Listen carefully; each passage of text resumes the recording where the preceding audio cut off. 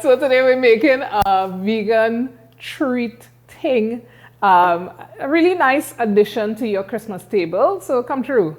We're gonna have some fun in the kitchen today.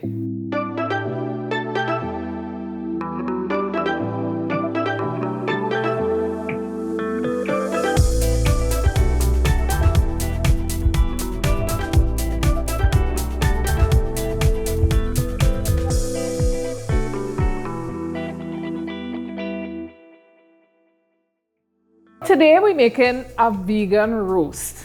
There is nothing like, no quinoa, nothing like that in it, right? It's just things that you could find in the market. And so the main ingredients in this vegan roast that we're making, plantain, a favorite. You don't even have to fry plantain. Plantain is also good in many, many, many different ways. And then of course, the lowly but beloved pumpkin. P-O-N-G-K-I-N, pumpkin. And pumpkin is also very, a really versatile vegetable. You could do lots of things with it. So today we are making this vegan roast and our two main ingredients are pumpkin and plantain. Yeah, let me start by cutting up the pumpkin. I'm not a person who's good at giving instructions because I never got instructions in my mother and my grandmother's kitchen. You just watch what they're doing and you pick up, right? So you could cut up the pumpkin anyhow you want based on your preference. But I mean, I guess it would be better to do it like as small as possible so it cooks in the quickest amount of time. I am not the most neat and reasonable cook, so you're gonna get some randomness here, but yeah, cut up your pumpkin. I became vegetarian when I was like 15 years old and I did not like vegetables. So my poor mother had to find ways to get me to eat. And she would do things like try a veggie lasagna, do things that we were eating anyway, but just taking the meat out of them. I mean, a lot of the way that I learned to cook as a vegetarian and then later on as a vegan was, trial and error. It was figuring out things. It was kind of like having ideas about food and yeah, making it up as you go along. I think that one of the keys to making vegetarian or vegan food that is tasty is remembering that seasoning is important. Because I think that, a lot of the times we think that vegan food has to be boring or it has to be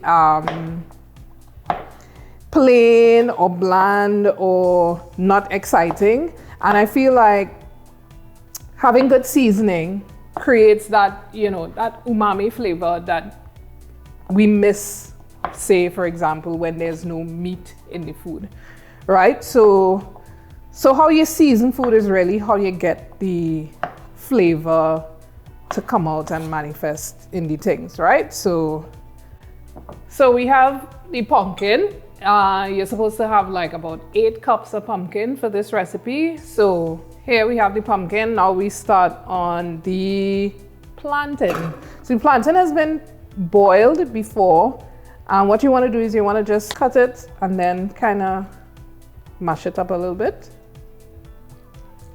Plantain is super versatile and we should use it more to, and then when you start talking about things like what are healthy carbs, things that are high in potassium, yeah, plantain is one of those things that scores well on a lot of fronts. So yeah, it's possible that you can mash some of it, cut up some of it, cube some of it, so that when you're making your roast, you get like a variety of textures. I think for all of the peoples who came here, Christmas was a time when, even if you weren't celebrating it from a spiritual point of view, you were celebrating the fact that you had some time off and you were you had time to spend with family. It was a time of harvest, of, giving thanks for what you had. So one of the things that my mom makes for us for Christmas is tom tom, which is also a kind of mashed plantain, which I really, really love. It's like a plantain ball that you boil, you mash, then you roll. And that's also quite an adaptable kind of way of doing the plantain, but very, very traditional. I think that the last 2 years have been ample enough proof that our diets are too high in salt and processed foods. And so, when we're getting together to celebrate as a family, we shouldn't celebrate with things that are ultimately destructive to our family members who have things like diabetes and high blood pressure and that kind of thing. So, I mean, even incorporating from the point of view of looking after the health of your family, the idea of incorporating something that's, plant-based and not so over-processed is a nice way of, giving thanks to the people in your family who might not be able to eat the salty things.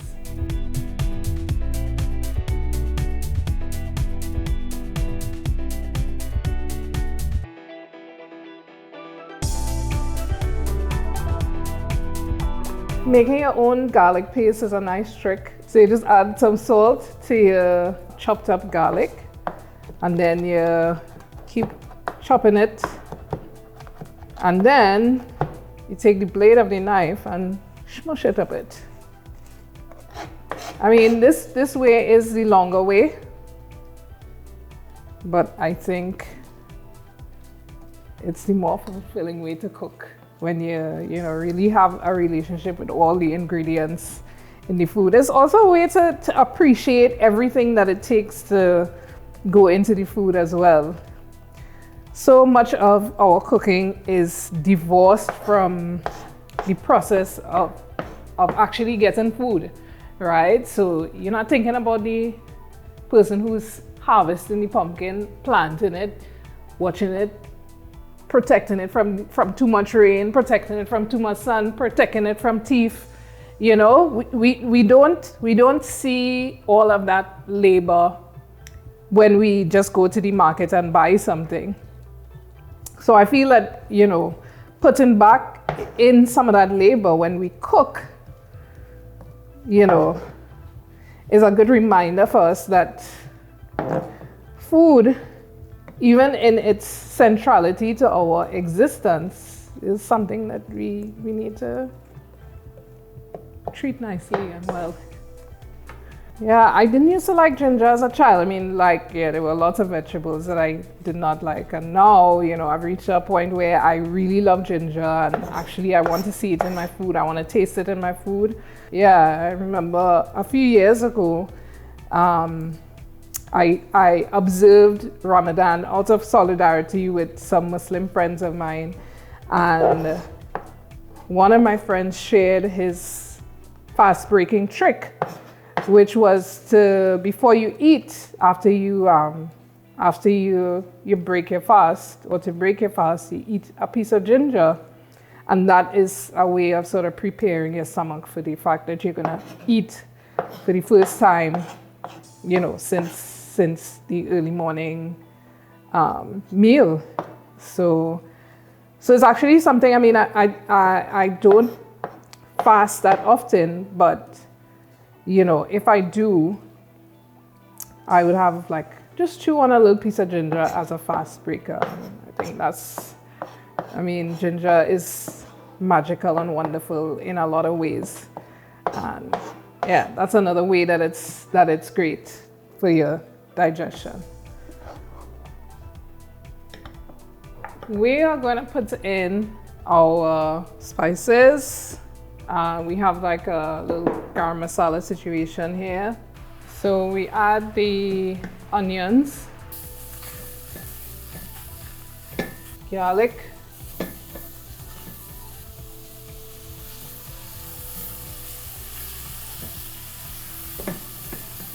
Right, now we add pumpkin.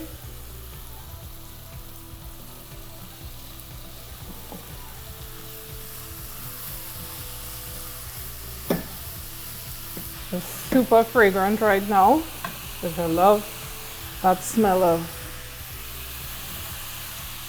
all the spices and the onion and the garlic tinging up.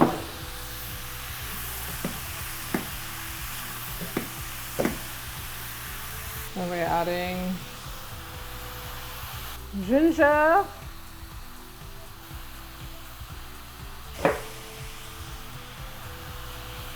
We're adding some Scotch bonnet.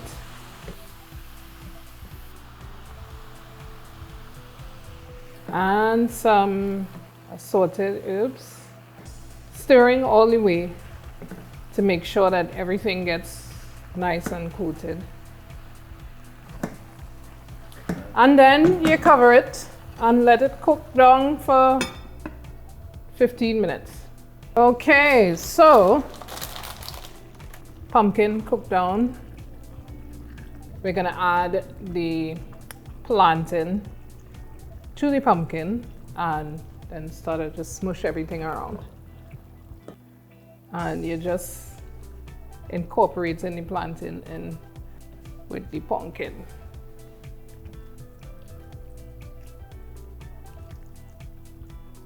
And then we're gonna add some ground walnuts and almonds. Almonds, of course, well, nuts in general are a really good source of protein for the vegans if you're not getting your protein in other ways. And then a little sweetness, some cranberries.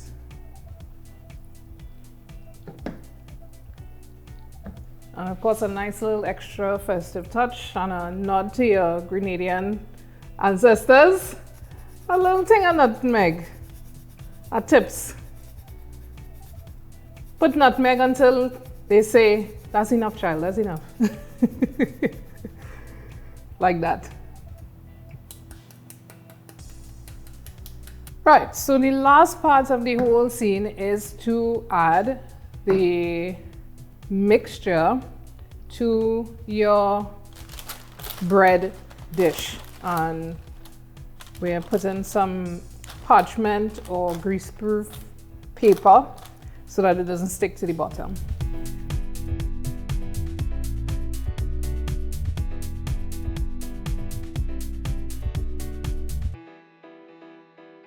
Right, so after you fill up your dish, you could definitely fill it up to the tippy top.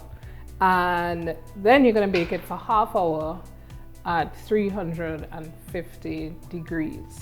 So earlier, here we have our vegan roast. It looking nice there. I mean, you know, put a little fancy garnish and things, a little rosemary and thyme and stuff. And you put a little, you know, seeds, some pumpkin seeds and some flaked almonds at the top. And now I'm going to cut in and see how it tastes in. Okay.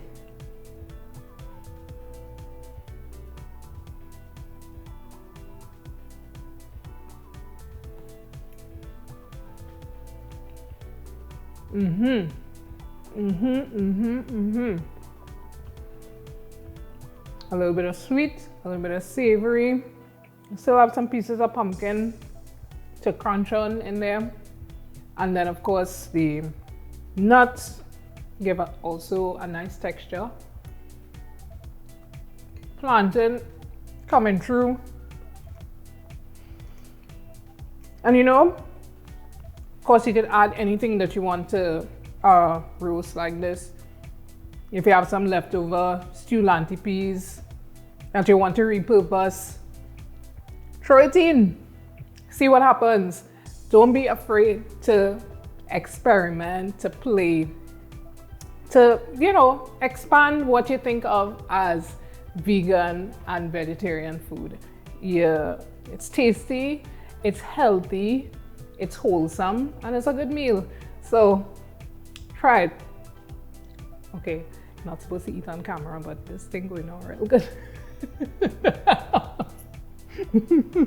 Thanks so much for joining. Don't forget to check eatahfood website for the full recipe so you can try it out yourself. Seasonings in your greetings. Be safe out there.